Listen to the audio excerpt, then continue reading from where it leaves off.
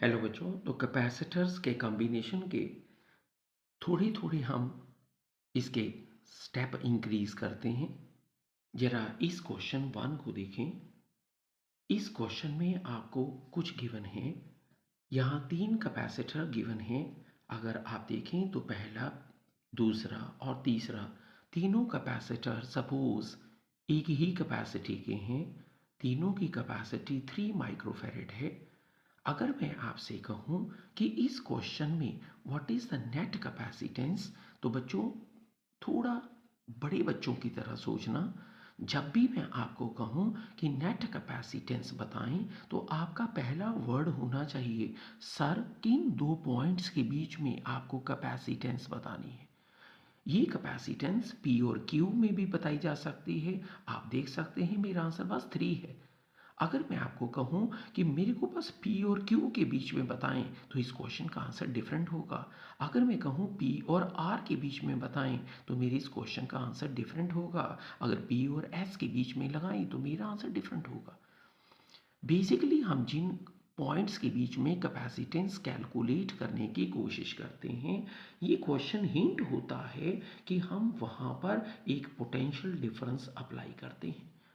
एक सेल जो कि एक पोटेंशियल डिफरेंस का रीज़न होता है, ये सारे का सारा सेल लगाने पर अगर ये कहा जाए कि कैपेसिटेंस जो आपके पास है, ये कैपेसिटेंस आपको बतानी है बिटवीन P एंड S, तो आप पोटेंशियल डिफरेंस P और S में लगाएंगे। अगर आपको यही कैपेसिटेंस P और R में बतानी है तो बस P और R के बीच में लगाएं। अब जरा गौर करें, अगर आपको थ्योरी याद है तो जैसे ही आप इस कैपेसिटर को इस सेल से लगाएंगे, ये सेल एक चार्ज अटेन कर लेगा।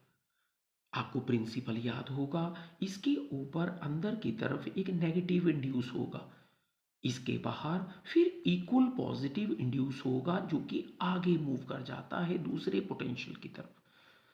अगर आपने थ्योरी पढ़ी है तो लुक एट योर क्वेश्चन। यहाँ से कोई चार्ज स्टेडी स्टेट तक आएगा, उसी में से सेम चार्ज यहाँ जाएगा, उसी में से सेम चार्ज आगे जाएगा, उसी में से सेम चार्ज यहाँ से आएगा। अगर आप इस चीज़ को गौर करें, लेकिन इससे पहले कैपेसिटर का प्रिंसिपल पढ़ लेना कि जैसे ये चार्ज यहाँ पहुँच के पॉजिटिव डेवलप करेगा, यहाँ इक्वल नेगेटिव पैदा होगा, यहाँ फिर वही इक्वल पॉजिटिव आगे चलेगा। मतलब इस फिगर में सारे कैपेसिटर्स में चलने वाला चार्ज एक ही स्टोर हो रहा है स्टेडी स्टेट के लिए। हमने पढ़ा थ्योरी में कि अगर आपके कैपेसिटर सेम चार्ज के लिए स्टोरेज कर रहे हैं तो वो एक सीरीज कॉम्बिनेशन होता है। और जैसे कि आपने पढ़ा, सीरीज कॉम्बिनेशन में मैं आंसर निकालने के लिए क्या करूँगा, मैं इन सारे के सारे कैपेसिटर्स की रेसिप्रोकेट एडिशन कर दूंगा। नेट कैपेसिटेंस बताने के लिए if you know it very well, तो ये मेरे पास इस तरह से क्वेश्चन आएगा। आप जब इसे सॉल्व करेंगे ये आपके पास 3/3 आएगा, और नेट कैपेसिटेंस के लिए जब आप इसे सॉल्व करेंगे तो आपके पास एक नेट आंसर आ जाएगा।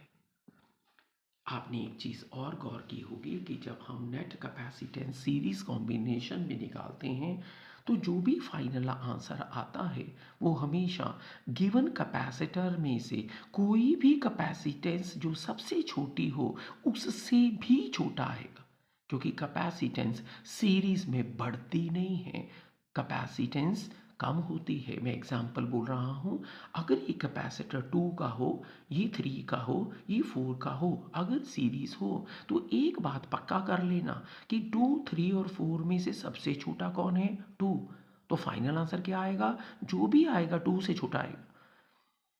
In series combination, whatever capacitance you get at the net answer, it is always less than the value of the minimum capacitor. ये उससे भी छोटा है। अब हमारे पास क्वेश्चन का लेवल थोड़ा सा बढ़ जाता है यहाँ पर। मान लो कि मैं यहाँ पर आपको कह रहा हूँ कि मेरे पास ये 2-3 कैपेसिटर हैं, लेकिन इसमें मैं फिर आपसे पूछ रहा हूँ what is the capacitance between P and S। तो आप देख सकते हैं मैंने P और S के लिए सेल लगा दिया है। लेकिन आज इन कैपेसिटर्स में खासियत क्या है? Look at the question. यहाँ से लेकर यहाँ तक और यहाँ से लेकर यहाँ तक मैंने एक सिंपल वायर से कनेक्ट किया है। आप याद करके देखें, शायद आपको कोई रीसेंट टॉपिक जिसका नाम था कॉमन पोटेंशियल वो याद आएगा। जैसे ही मैं इस क्वेश्चन की बात करूंगा तो सुनना ध्यान से बच्चों। मैं इस क्वेश्चन में सेल लगा चुका हूं। अगर आप इस क्वेश्चन में चार्ज को बांटने की कोशिश करेंगे तो बच्चों जैसे ही हमारे पास यहाँ पर चार्ज आएगा तो ये चार्ज इस तरफ जाएगा कि इस तरफ जाएगा, आपको इसके बारे में सोचना थोड़ा मुश्किल हो जाएगा।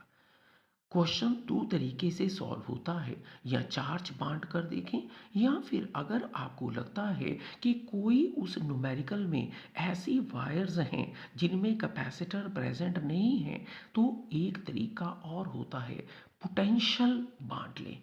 अगर आपने लेक्चर सुना है तो बच्चों बताएं, इसका पोटेंशियल है V1।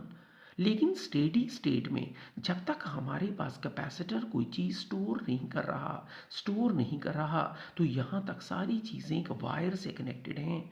और जब कोई चीज़ वायर से कनेक्टेड होती है तो स्टेडी स्टेट के ऊपर उसका पोटेंशियल भी सेम होता है। इसका मतलब अगर ये V1 है तो I can write here the V1। लेकिन और देखें, अगर आप इधर जाएं तो आगे कैपेसिटर आ गया है, इसका मतलब पोटेंशियल के बदल जाने का चांस है, क्योंकि कैपेसिटर चार्ज स्टोर करते हुए पोटेंशियल का डिफरेंस क्रिएट कर लेता है। इसका मतलब अगर ये V1 है तो ये V1 नहीं है।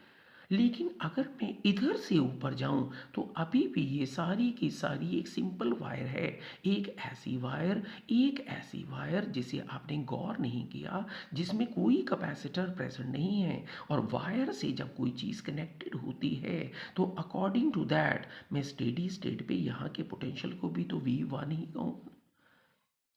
Now look at the question. यहाँ से मैं चल पड़ा, यहाँ से मेरे पास V2 है। अगर आप देखें तो यहाँ तक कोई पोटेंशियल नहीं है, लेकिन स्टेडी स्टेट तक मैं इसका नाम V2 रख दूंगा। अगर मैं इधर जाऊं तो पोटेंशियल बदल गया है, लेकिन अगर मैं इधर से जाऊं जिसमें कैपेसिटर प्रेजेंट नहीं है, तो अगर आप गौर करें तो यहाँ पर पोटेंशियल को मैं V2 लिखूं। ध्यान दें, अगर आपका सर्किट बहुत कॉम्प्लिकेटेड हो रहा है, अगर उसके अंदर कुछ ऐसी तारें हैं जिन तारों में किसी भी तरह का कैपेसिटर प्रेजेंट नहीं है, तो किसी भी चीज़ को सोचने से पहले पोटेंशियल जरूर बांटें। अब जब आपने पोटेंशियल बांट लिया है तो एक एक करके मैं अब आपके लिए इस क्वेश्चन को इजी कर रहा हूँ। मैं इन सारे कैपेसिटर की प्लेटें जो कि ABCDEF करने लगा हूँ, इनका नाम रख लिया है। अब एक एक करके मैं आपसे पूछने लगा हूँ, इसका री एनालिसिस चेक करना बच्चों। मैं सेल से शुरू करने लगा हूँ। बच्चों बताएं, ए प्लेट किस पोटेंशियल पे है? V1 पे। बच्चों डी प्लेट किस पोटेंशियल पे है? डी प्लेट, ये भी V1 पे। बच्चों ई प्लेट कौन से पोटेंशियल पे है? वो भी V1 पे।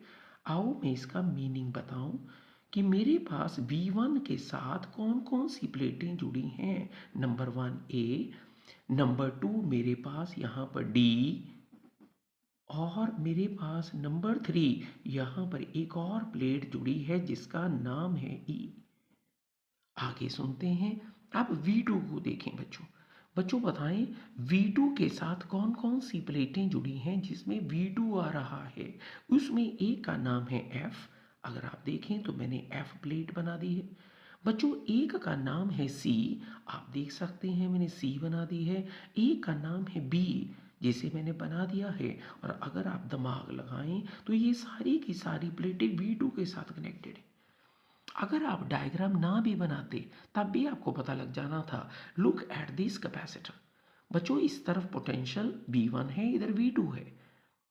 हमेशा पहले बड़ा बोलना होता है फिर छोटा। तो बच्चों इस कैपेसिटर में पोटेंशियल डिफरेंस है V1 माइनस V2। इसे देखें।